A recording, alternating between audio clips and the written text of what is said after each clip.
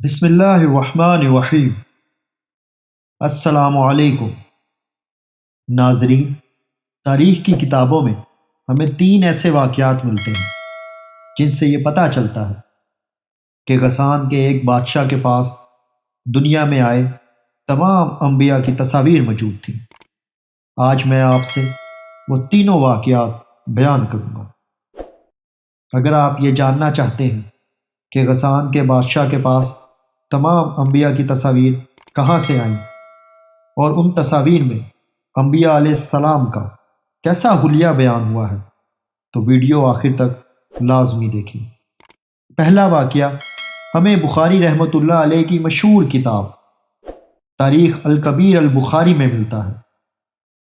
ایک صاحب فرماتے ہیں کہ اللہ تعالیٰ نے جب اپنے نبی کو بھیجا اور اس کا معاملہ ہم پر ظاہر ہو گیا تو میں شام کی طرف گیا۔ جب میں مقام بصرہ میں پہنچا تو میرے پاس انصار کی ایک جماعت آئی۔ انہوں نے مجھ سے کہا، کیا آپ عرض حرم سے آئے ہو؟ میں نے بتایا کہ جی ہاں۔ ان لوگوں نے پوچھا کہ کیا آپ پہچانتے ہو اس شخص کو جس نے تم لوگوں میں نبوت کا دعویٰ کیا ہے؟ میں نے بتایا جی ہاں۔ کہتے ہیں کہ انہوں نے میرا ہاتھ پکڑا اور مجھے اپنی عبادت خانے میں لے گئے۔ اس میں مورتیاں یا تصویریں اور شکلیں بنی ہوئی تھیں۔ انہوں نے مجھ سے کہا، تم دیکھو، کیا تم دیکھتے ہو اس نبی کی شکل جو تمہارے اندر بھیجا گیا ہے؟ میں نے ان سب میں نظر ماری مگر مجھے حضور صلی اللہ علیہ وآلہ وسلم کی شکل نظر نہ آئی۔ میں نے بتایا کہ میں اس نبی کی شکل اور اس کی صورت نہیں دیکھ رہا ہوں۔ اس کے بعد وہ مجھے اس سے بڑے عبادت خانے میں لے گئے۔ میں کیا دیکھتا ہوں کہ اس میں پہلے کے مقابلے میں بہت زیادہ تصاویر موجود ہیں۔ اب انہوں نے مجھ سے پوچھا کہ اب آپ دیکھیے، کیا آپ اس نبی کی صورت یہاں دیکھتے ہیں؟ میں نے نظر ماری تو کیا دیکھتا ہوں کہ وہاں پر حضور صلی اللہ علیہ وآلہ وسلم کی صورت آپ صلی اللہ علیہ وآلہ وسلم کی صفت کے مطابق تصویر موجود ہے۔ میں نے دیکھا وہاں ابو بکر صدیق رضی اللہ عنہ کی تصویر بھی موجود ہے، اور اس تصویر میں ابو بکر رسول اللہ صلی اللہ علیہ وآلہ وسلم کی ایڑی کو پکڑے ہوئے ہیں۔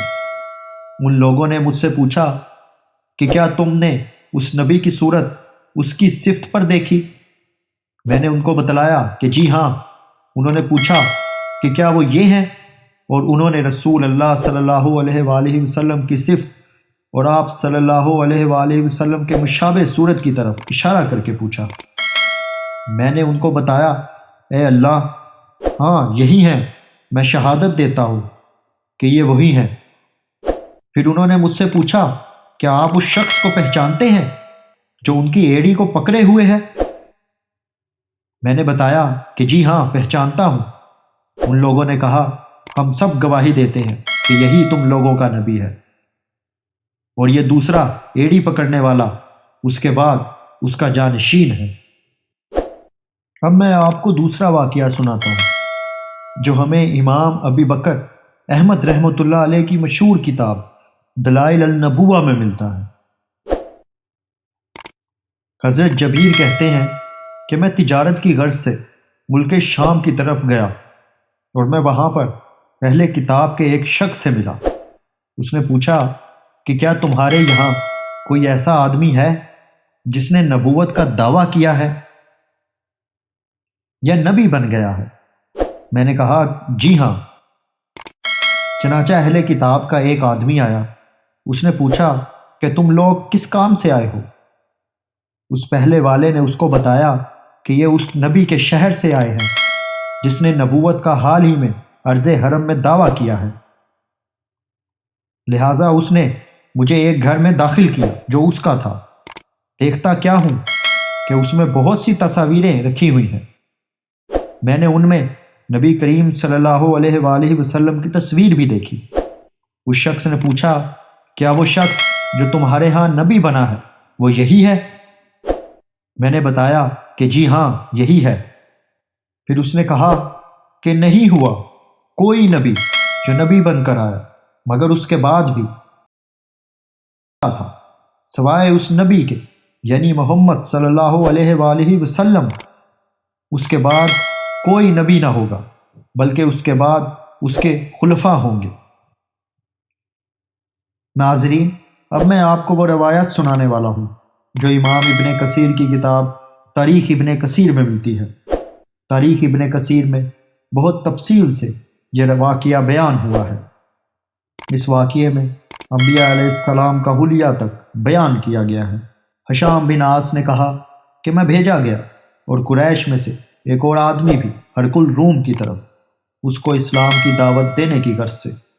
ہم لوگ روانہ ہوئے حتیٰ کہ ہم مقام غوطہ یعنی دمشق میں جا پہنچے، اور ہم جبلہ بن اہم غسانی کے پاس اترے، یعنی غسان کا بادشاہ۔ اس کے دربار میں داخل ہوئے۔ وہ اپنے تخت پر بڑا جوان تھا۔ اس نے ہمارے پاس اپنا نمائندہ بھیجا تاکہ ہم اس کے ساتھ بات چیت کریں۔ ہم نے اس سے کہا کہ قسم خدا کی ہم نمائندے سے بات نہیں کریں گے، ہم براہ راست بادشاہ کی طرف بھیجے گئے ہیں۔ اگر وہ ہمیں بات کرنے کی اجازت دیں گے تو ہم اس سے بات کریں گے، ورنہ ہم قاصد سے بات نہیں کریں گے۔ وہ نمائندہ واپس گیا۔ اس نے جا کر اس کو خبر دی اس بات کی۔ کہتے ہیں کہ اس نے ہم کو اجازت دے دی۔ ہم گئے تو اس نے کہا بات کیجیے۔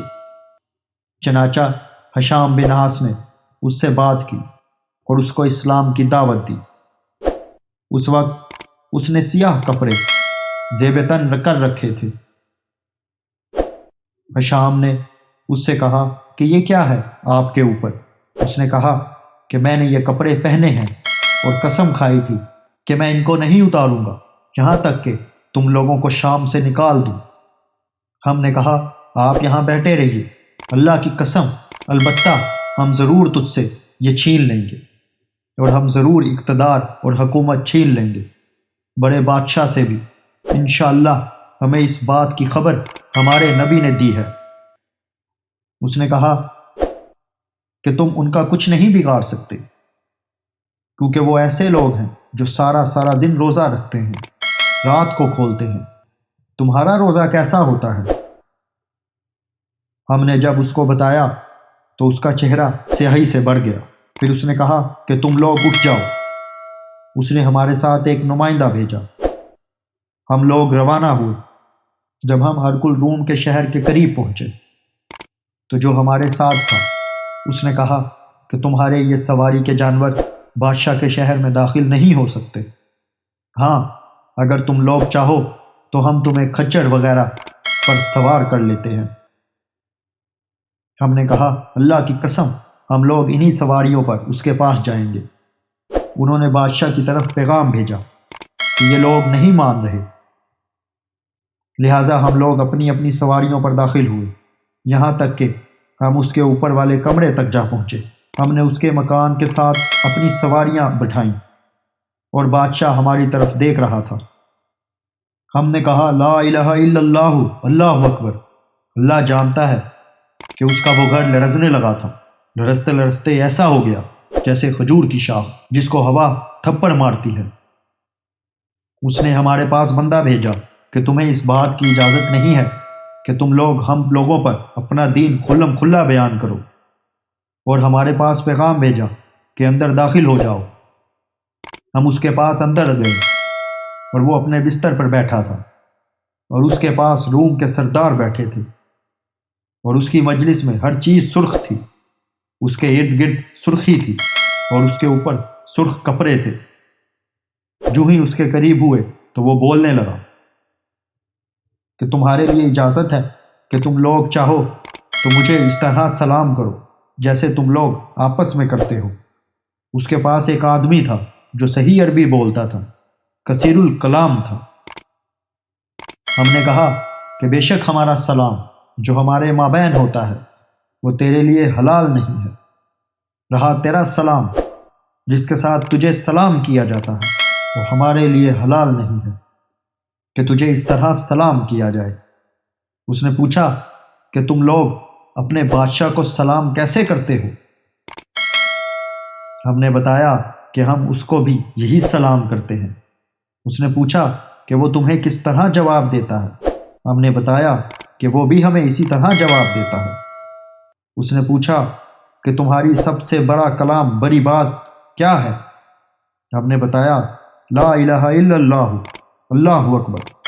ہم نے جب ان الفاظ کے ساتھ کلام کیا، اللہ کی قسم، پھر وہ کمرہ لرزنے لگا، یہاں تک کہ اس نے اس کی طرف سر اٹھایا اور کہنے لگا یہ الفاظ جو تم نے کہے ہیں جس سے کمرہ ہلنے لگا ہے، کیا تم لوگ جب بھی اپنے گھروں میں ہوتے ہو تو تمہارے گھر بھی اسی طرح کانپنے لگتے ہیں؟ ہم نے کہا کہ نہیں، ہم نے بھی نہیں دیکھا کہ ایسا ہوا ہو، مگر یہاں دیکھ رہے ہیں تیرے پاس۔ وہ کہنے لگا میں چاہتا تھا کہ اگر یہ واقعہ ہر وقت ہوتا ہے تو تم لوگ جب بھی کہتے ہو ہر شے تمہارے کہنے سے کانپتی ہے تو میں اپنا آدھا ملک خالی کر دوں، آدھے ملک سے نکل جاؤں۔ ہم نے کہا کیوں؟